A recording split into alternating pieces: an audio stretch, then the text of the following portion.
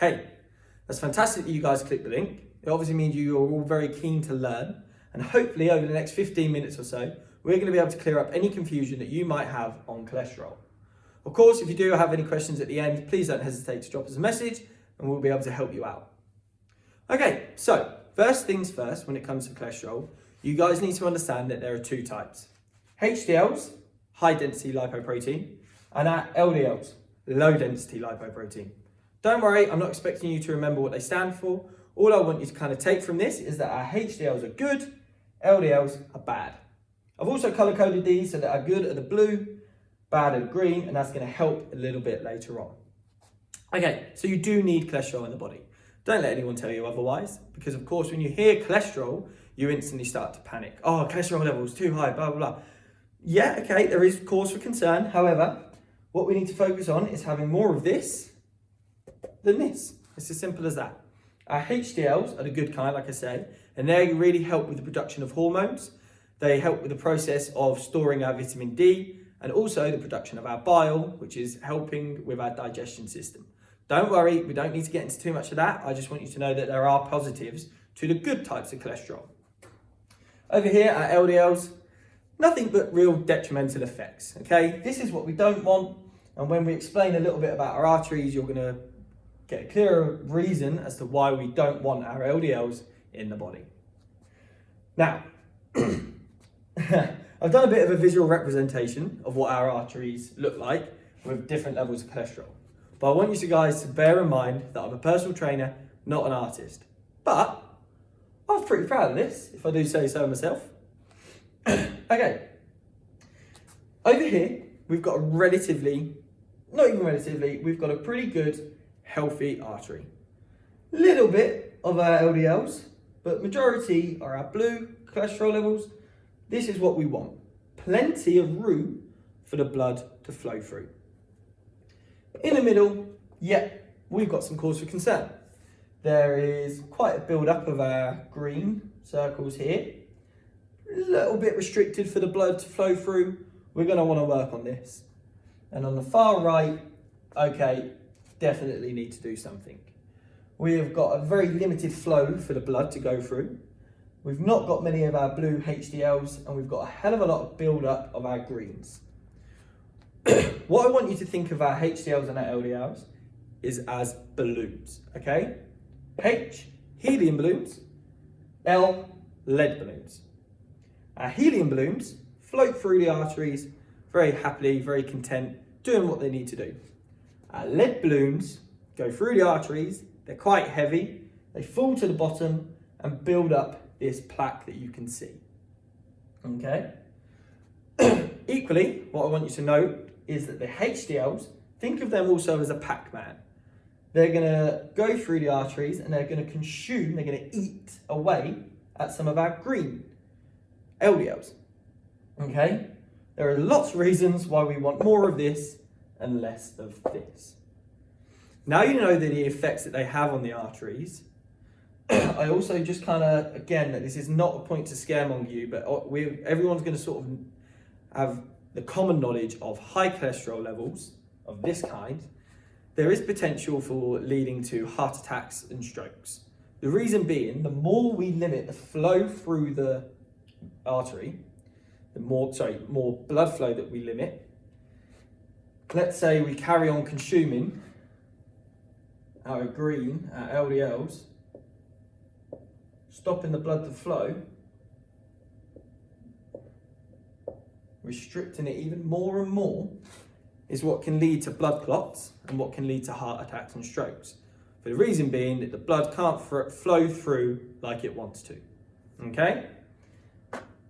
Yeah, I'm not trying to scare any of you, but just wanting to have a bit of a wake-up call if you're slightly worried that this is what your insides are currently looking like. Now that you know the effects on the arteries, I also want to go into a bit of detail on the sources of both HDLs and LDLs. I'm not going to rattle off a list of food, but I will leave a link to a web page going into more detail on where you can source these. But all you need to kind of know is our HDLs are found in our good fats, so things like your avocados, your nuts, whereas our LDLs are found in our high saturated fats, such as your takeaways, your chocolates, man-made kind of fats, basically all the yummy fun stuff that we all love. I know, it sucks. But too much of the high saturated fats is what's going to cause a build-up of plaque, okay?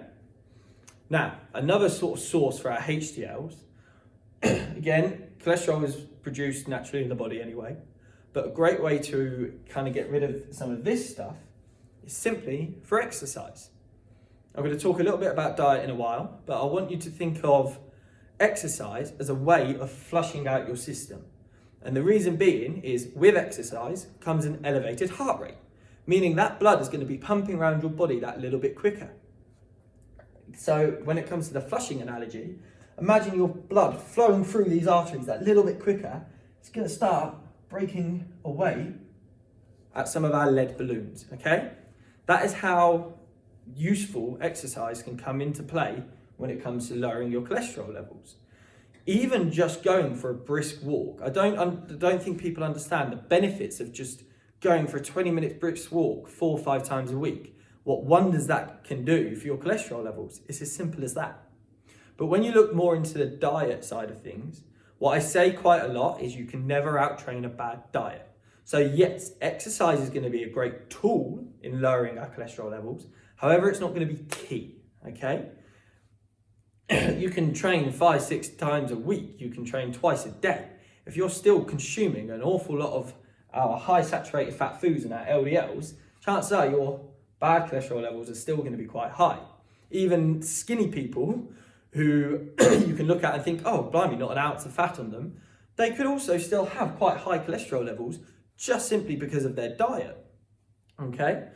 So when it comes to where you source your food from, again, we've spoke a little bit about the sources, but what I want you to think about is your current lifestyle. So I'm going to relate this to COVID a little bit, but now. We've all been in a pandemic for the last year. It sucked. There's been so many reasons why it's been crap, but of course, one thing it has caused is a lack of exercise, a very sedentary lifestyle, but it's also caused some content behavior, okay? Let's say pre-COVID, you might treat yourself to a takeout maybe once a week, maybe once a fortnight. Through lockdown, there's not really a lot to do. Takeouts become very easier to consume. I'll hold my hands up and honestly say that I've consumed far too many takeouts. I've been snacking far too much.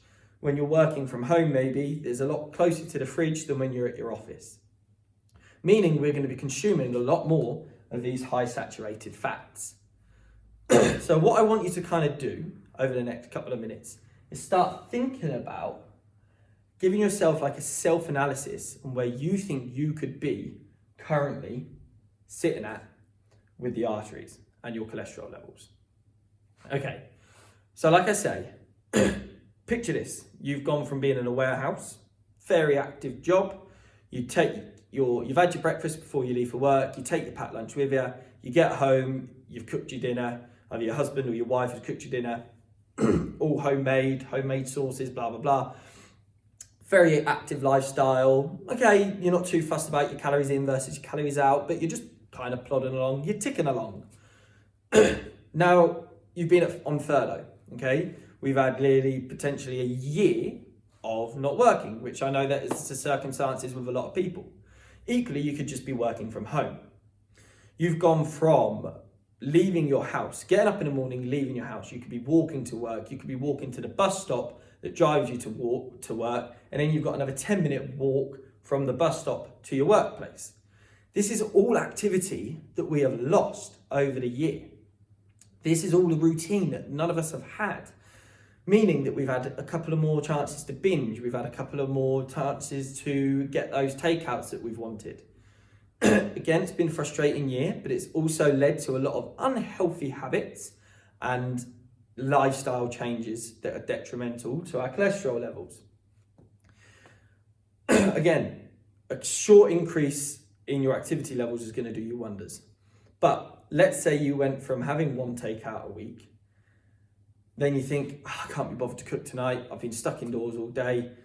My home is now my workplace. I'm just going to get another takeout. By the end of the week, you probably thought to yourself, my God, I've had 3 takeouts this week and I have snacked an awful lot on high saturated fats. This again isn't to scare you, but there is potential that you might have gone from this kind of artery pre-COVID. Now you're sort of sitting in this area. Okay, again, a bit of a cause for concern.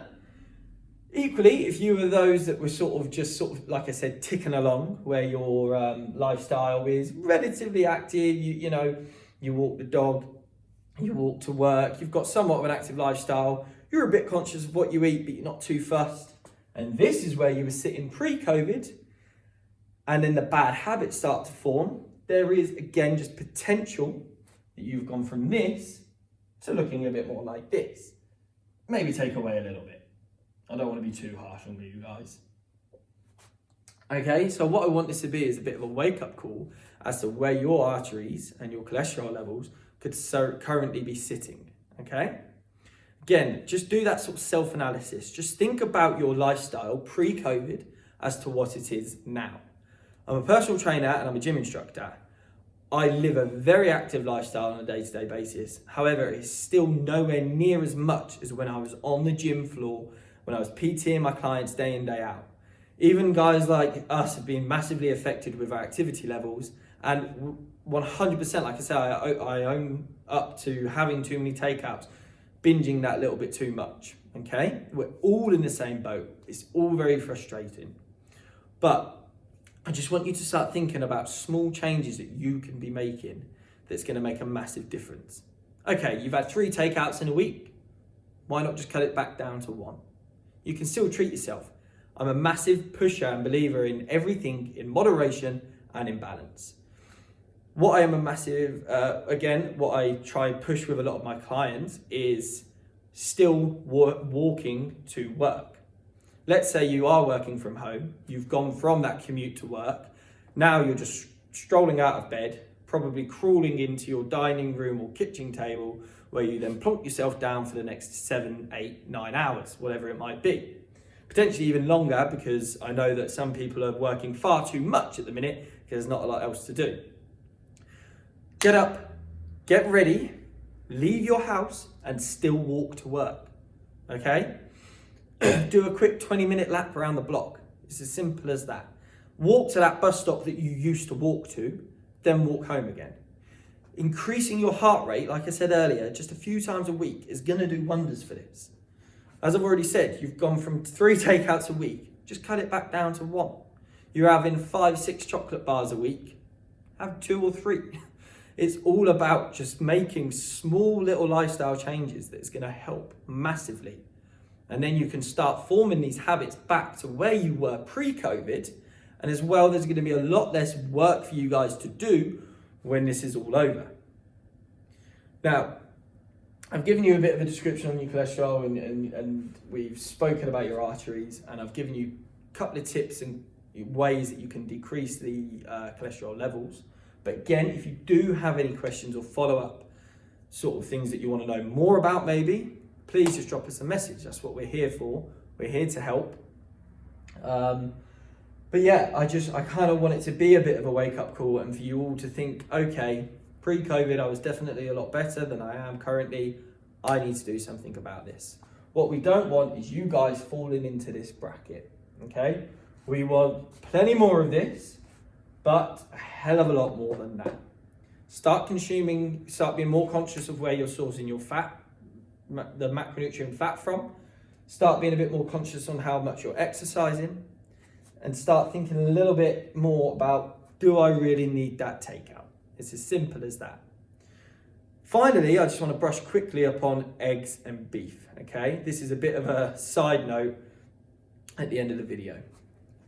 Everyone sort of straight away jumps on the bandwagon of, oh, you've got high cholesterol levels, just stop eating eggs. It's like, quite frankly, you're polishing a turd. Least of your worries, I can promise you. Bob from work that's telling you to do that, oh, just stop eating eggs, he's probably still hoovering back 3 or 4 KFCs a week, all right? Eggs, again, are the least of your worries. There is lots of positives and you get lots of nutrients out of eggs. They're a great source of protein. brilliant for calcium, blah, blah, blah. There is a lot that goes on with eggs. They're not a bad thing to have in your diet. Same with your beef joint on a Sunday. Red meats. You can still eat red meats. Great source of iron. It's a great source of protein. There's nothing wrong with including them in your diet. But what you should start cutting down on is more of the high saturated fat, okay?